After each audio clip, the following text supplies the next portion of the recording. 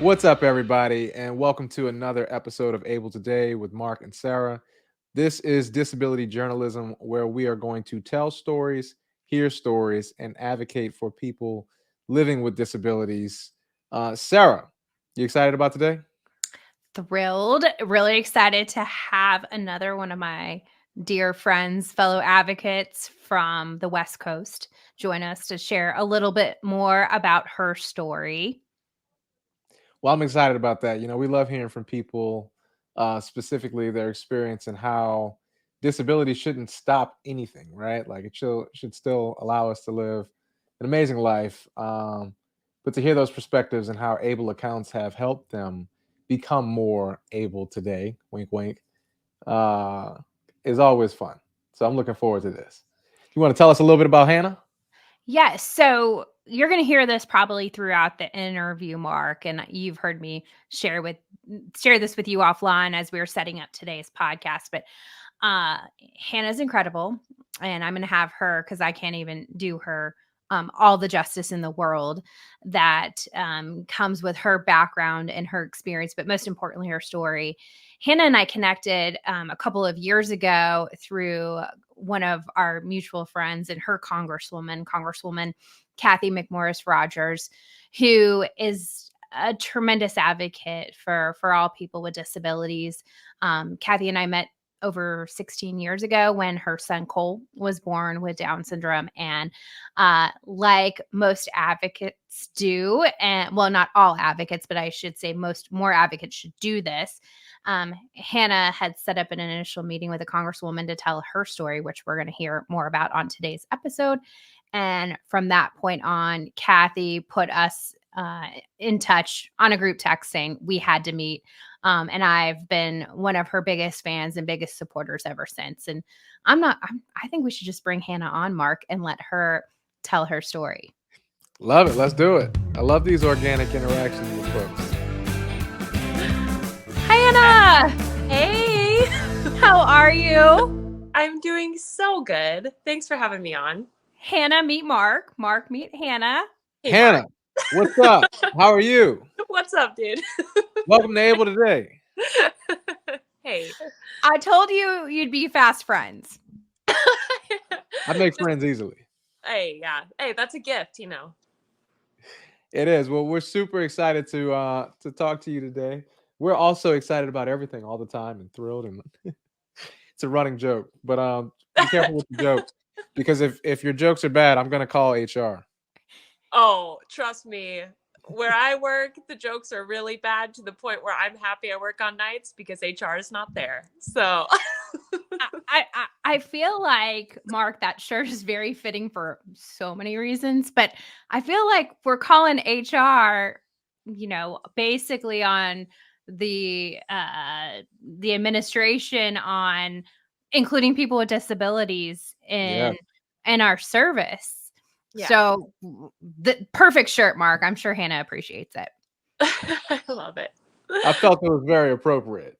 But Hannah, why don't you tell us more about you and how you really exist in the disability space? Yeah, I'll keep it short and sweet. Long story short, I was born with a bone deformity growing up. I've always done everything I wanted, but I lost my leg when I was a kid. The initial amputation was at a year old. So I'm 28 now, 27 years on one leg. I don't know anything different. I've played 7 sports throughout my life. My parents were really good about pushing me through and making sure I did everything I ever wanted to do. Um, in 2021, I wanted to join the military. It's something I've wanted to do for a long time, but I really started pushing for it in 2021. Initially wanting to go active duty Navy Nurse Corps, but I hit quite a few roadblocks doing that because I'm missing one leg. And I passed the fitness test, went through MEPS, did everything I'm supposed to do like a normal candidate. But because it's in the military's rule book, essentially, it's called the DODI, that you cannot be missing a portion of your foot or any amputation and serve at the same time. So I found an issue with that because I work full time as an ER nurse in a level 2 trauma center in Spokane. I have played every sport ever. I'm not trying to like beef myself up here, but I know that I'm capable. You're And able. I really found it difficult to accept their no as a true no because I know my limits. I know what I can do. And I might have to prove myself a little bit harder than everyone else, but it's worth the fight for me because I still want to serve. That has never gone away. I've never been discouraged by that in the last 3 years. And ever since that first no I got from the Navy, I started a bill in Congress with my representative, Kathy McMorse Rogers. And the bill, it's called the Hannah Cvancara Service Act. It's to allow amputees a chance to join military service as long as they can pass all fitness tests as written without accommodation. And if they're able to do that, then they pose no greater liability than anyone else already in service. No accommodation. Correct. Beast. So as long as, like, for example, when I passed the fitness test for the Navy, no problem. I actually doubled the standards for 2 of the criteria, like the planks and the push-ups. And I took the swim test twice. I did it once with my prosthetic leg on, once without it. And I was actually 10 seconds faster without it. Yeah. And even with that, like, I have the record of me doing that. And they know that, they understand that. But because it's just the rules that you cannot join with one leg. And I had a lot of surgeries. I do understand. I had a lot of surgeries growing up. So it does look like my medical record is not clean, right? But that's not how people are nowadays. And that's not how our system is. We've had medical issues. If you don't get treated for something, it's almost like if you do have a treatment or you do get fixed in some way, now because it's on your medical record, that is a tarnish. So I'm trying to change that because I talked to our vice wing commander here in Fairchild Air Force Base, Spokane, Washington, and he said that 15 out of 16 people cannot join without a waiver of some sort.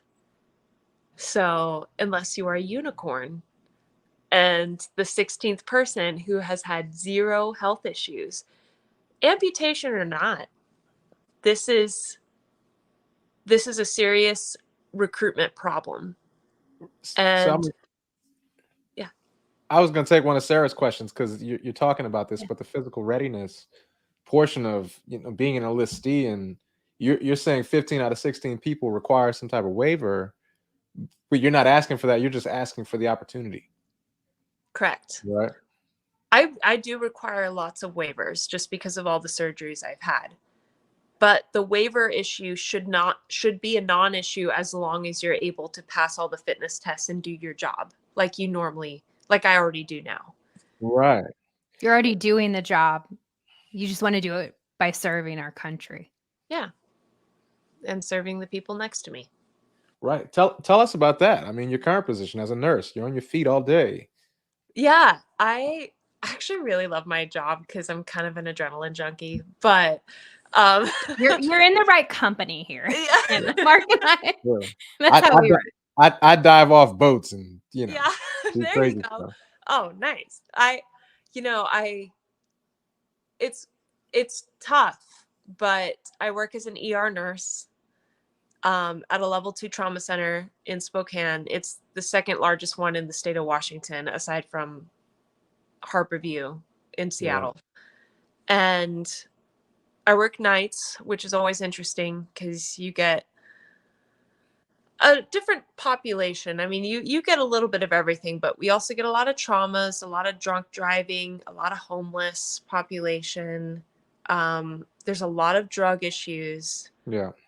You see a lot of things, and the ER, I mean, you're dealing with, as much as you're trying to help them in the capacity that you have, but Right. it's also tough because, like all nursing professions right now, we're understaffed and overworked. It's not like it used to be pre-COVID. But I actually feel like I'm making such a difference in this job, and I can physically see my actions making people better.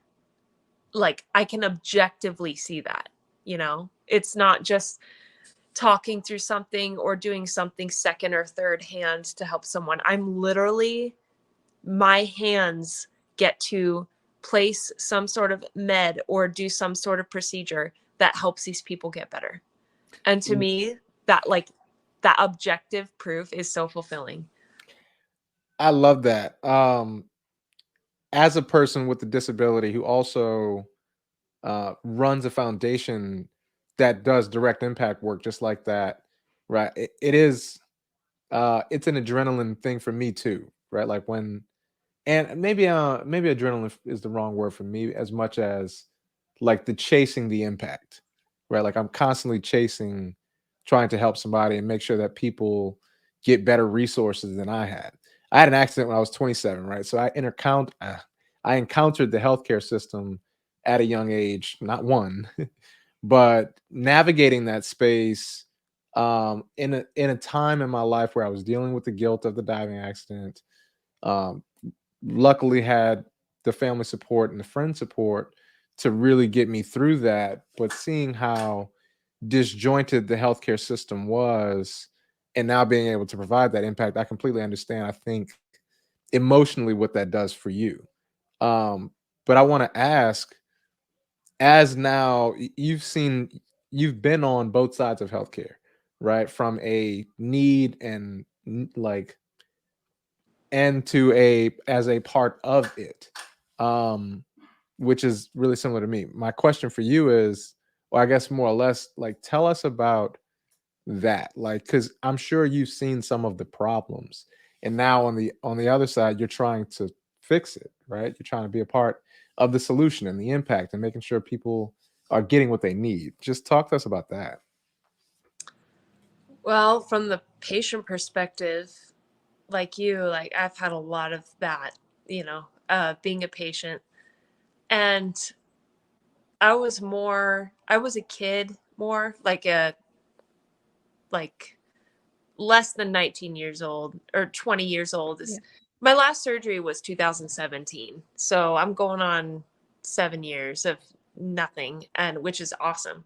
But I was 22 for that last one. And uh, it is really weird.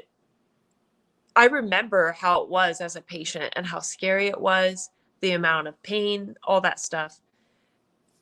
And maybe you feel this too, but there's two sides to this. Like, one, it's super cool to be able to have the empathy to uh, help other people go through something similar. But at the same time, because you understand, it almost makes me like, I don't know how to say this in the right way, but I I want people to be mentally stronger than they are sometimes. Yeah. Yeah. And that sounds insensitive. I don't mean it like that, but also you see people just cave into honestly not that big of an issue. And I think the mental toughness has kind of left my generation. I don't know if I'm not speaking for everyone, but I think it takes a very special kind of person to go through something that's so drastic and life changing that literally labels your life for the rest of it. Yeah. And you have to deal with that. It's not a short term thing. This is a long term grief process. And I don't think a lot of people have that mental capacity, like the strength that they need to go over. And I don't know. There's some people I'm like, come on, you just gotta work, you gotta be a little tougher than that. But then other people, you're just like, wow, do you understand what you're going through? Are you in denial? Right. So Why are you how can you be happy right now? Or how can you be in good spirits? I've been on both sides of that for sure. yeah, You like know. I wanted to ask you more about your boating accident, but I know that it just takes a really strong person to keep on keeping on without making it your identity. Because to me, my leg is not my identity. It's it's just who I am. I think a lot of people ask about it. It's a great conversation starter, but ultimately it is so, like, I forget I have one leg all the time. I'll Yeah. literally like I just Yeah. like popping it off at friends' houses. I'm like, oh yeah, sorry, it's super comfortable to just have it off. I hope you don't mind. And they're like, oh yeah, sure. Same, right? Like you adapt over time to the situation, but you don't let it stop you. You don't let it control the identity, right? Like I am who I am. That's Mark, not the guy in the wheelchair, right? And like that's how I'm always uh, positioning myself to the point that sometimes I'll roll past a mirror and like see myself, and I'm like, I forgot about that, right? Like I'm in this chair, and then you see it and you're like, oh, okay, whatever, and you keep going because at the end of the day, like to your point, you have no choice. You do have a choice. You can either hold on to it and let it control your life, or you can move on from it and use it. But at the end of the day, like you only get one life. You Right. know, my it took me a while to get comfortable. Um, but once I did, like I never let it control me. I just always looked at the problems as an opportunity, Yeah. right? Like whether things are accessible or not, whether we have the resources that we need. If we don't, I'll create them. If it's not Mhm. accessible, I'll advocate for it, right? Yeah.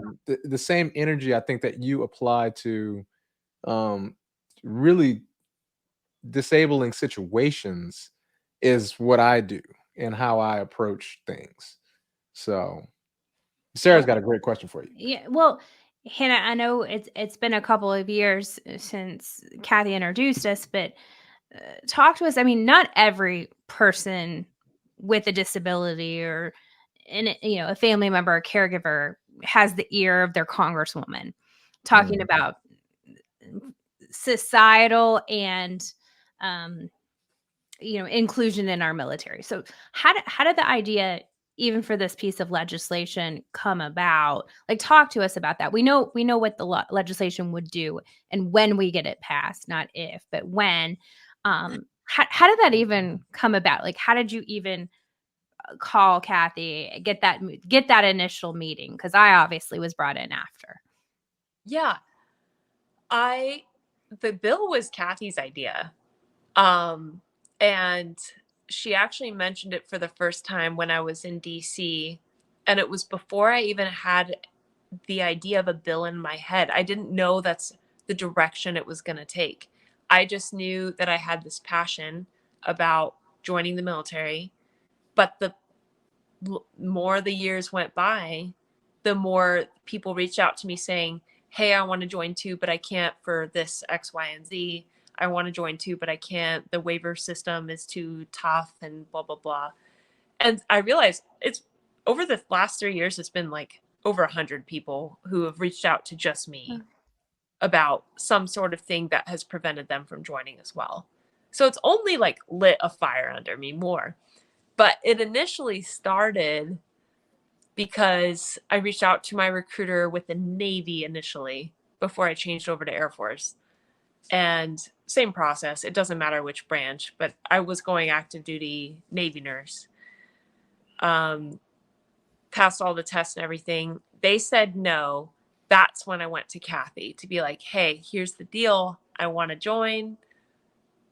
And it's been really cool because we first met in 2013.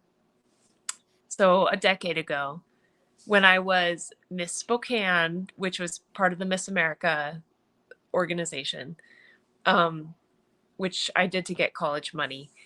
And everyone in the Miss America organization has to have a platform. That's something they represent. So back in 2013, I was 17 years old. I chose my platform.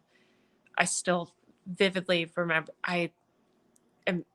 it was honoring the sacrifice of our disabled military veterans.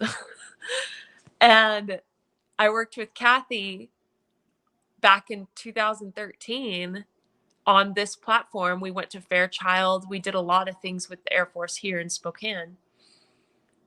And here we are in 2021.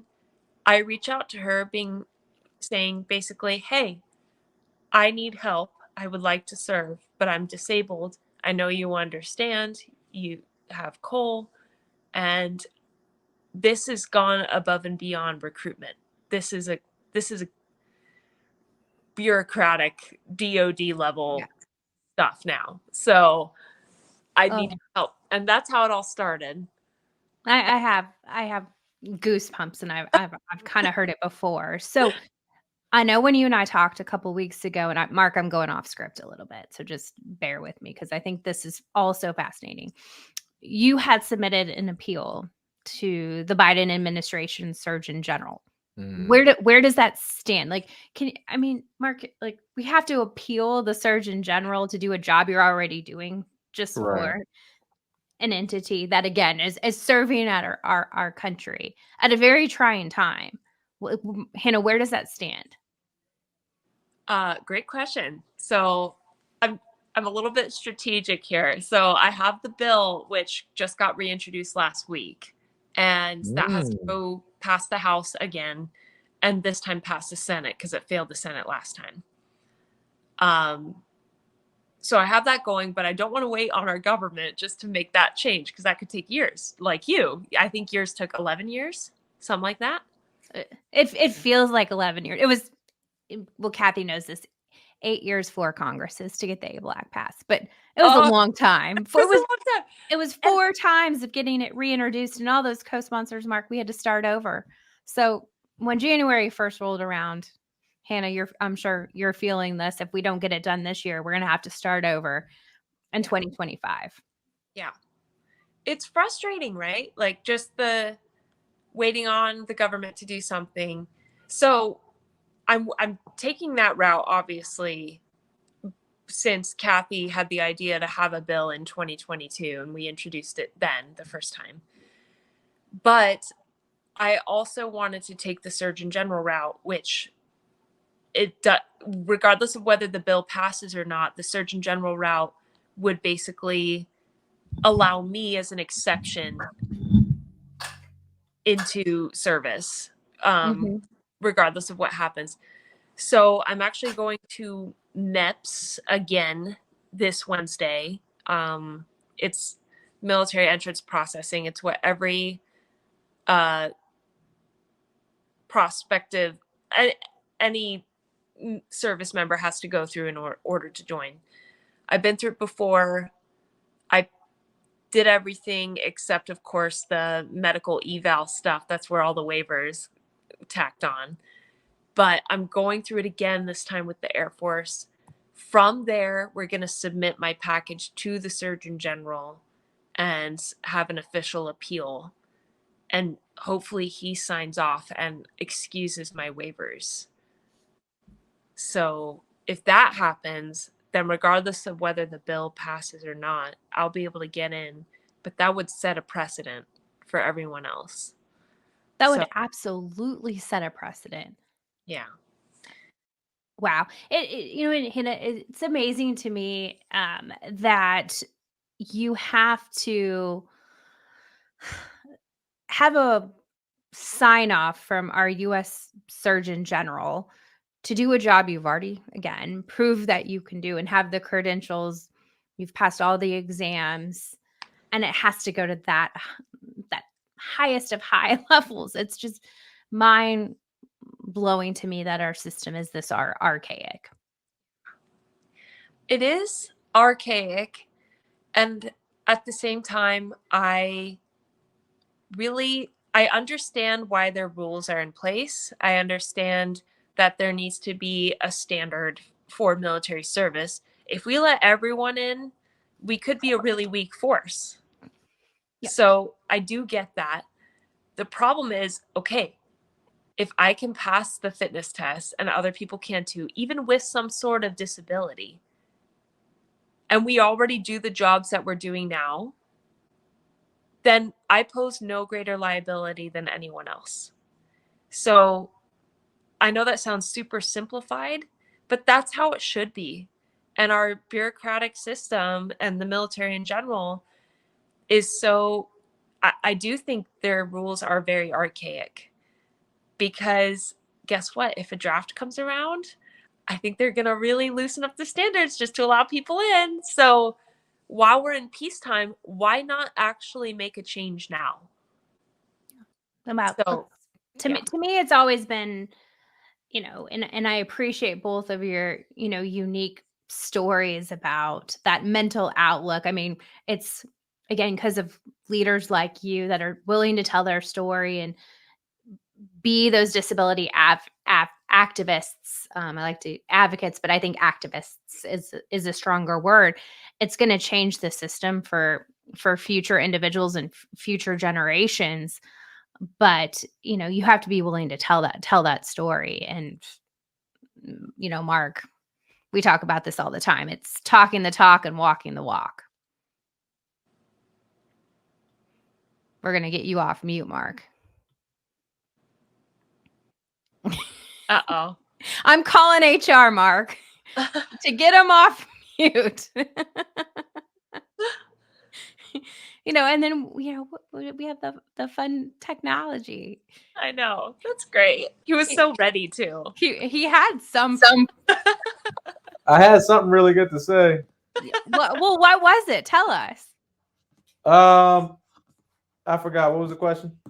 No, I was just talking about how we talk about this a lot at Able Today and with our national work. It really is about talking the talk and walking the walk. And the fact that everybody in the world, and Hannah, you know this, Mark, you know this, our listeners know this, like, it's talking about diversity, equity, inclusion, and accessibility. I mean, from corporate America to small businesses to our government to nonprofits to disability organizations. But when it comes down to truly including people with disabilities and giving individuals the accommodation they need, again, whether that's Mark, your work in New Orleans, making transportation more accessible, Hannah being included in having a career in our United States Air Force, to an individual with Down syndrome who needs a job coach in order to be successful in the workplace. Like, those are individualized accommodations. And so we have a lot of work to do. We're not truly achieving that DEIA that we say we are. Exactly. And going back to the other thing, though, Hannah, if the rule were to change, would that allow you to join the service? Like, talk to us a little bit more about that. If the rule were to change, then yes, it gives me a chance to go in as the first civilian amputee who lost their leg outside of service that can now serve in the military. I think there's a lot of double standards though. And I don't want to get too off the physical disability side, but like, there's waivers for everything. I mean, mental health as well. I need a waiver because at one point I was depressed and like I went to therapy for it. And because of that diagnosis, that requires a waiver. There's that. There's the physical problems. The MRI showed some anatomical issues. I'm going to need quite a few waivers just to serve. However, I think our recruitment command is very intimidated, or there's the waiver issue is a huge deal because all of our records are electronic now. And it's not like the old days where you just walk in with your papers of, yep, here you go. You can't lie about anything, which is great. However, Right. it's now so thorough that everyone is requiring multiple waivers and it's nearly impossible to get them approved. So I do think if this bill went through, it would allow me to join as an amputee with all the surgeries and stuff considering. It would still allow me to serve. And they make you get evals. I've gotten so many evals with docs and just people basically saying I am able to do my job. And even people I worked with, docs that I work with, which I'm fortunate to be in a medical profession where I can literally ask the doctor I work with, hey, can you write a letter for me saying that I'm capable of doing my job? That I do with you side by side every day. Yeah, it's kind of sweet. But at the same time, I don't think it should be that hard if you've already proven you can pass the fitness tests as without any accommodation. Yeah. And we already have some double standards, in my opinion, in the military. So, like, let's open our eyes to some perspective here, how technology has changed. I think there's a lot of things that the military lets by that honestly is more of a liability than my issue, but who's to compare? I think we need to have a case by case approach here, not a label, oh, you're an amputee, therefore you can't get in. Well, yeah, you don't know me. Right. So that's kind of where I'm at. Like, I appreciate and respect their rules, but I also am not afraid to show them and prove to them that I am able to do the job. I love that. She's able today. She is Yes. able today. I think like last thing, Hannah, you and I caught up a couple of weeks ago. Hopefully, I'm going to see you in DC at the end of March when you head back out there. Mark, what I think is interesting about this conversation and this Able Today podcast show, where we're introducing this form of disability journalism to the world, essentially. When I reached out to Hannah, I said, "Hey, you need to come on because you have a story that we'd like to help you tell."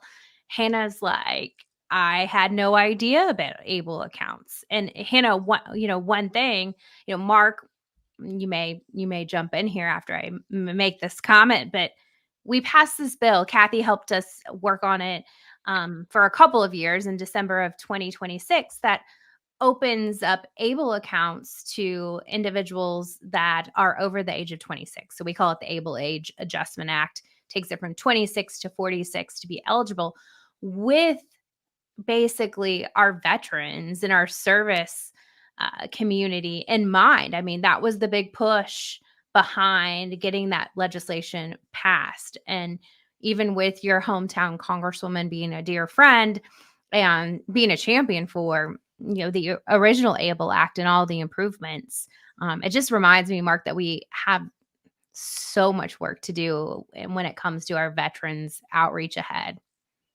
Absolutely. And to piggyback on that, I didn't learn about able accounts, Hannah, until Eric, our team member, told me about it and also was inviting me to be a part of this team, right?